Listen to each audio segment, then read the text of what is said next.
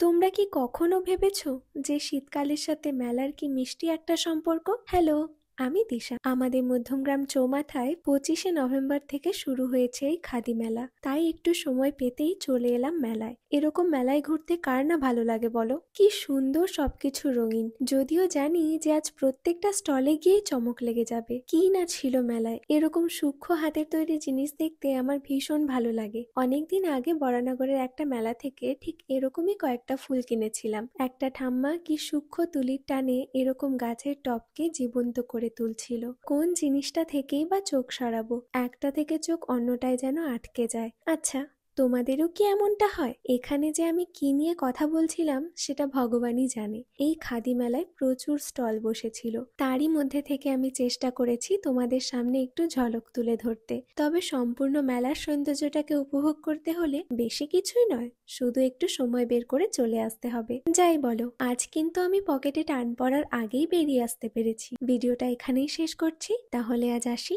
চলো, টাটা।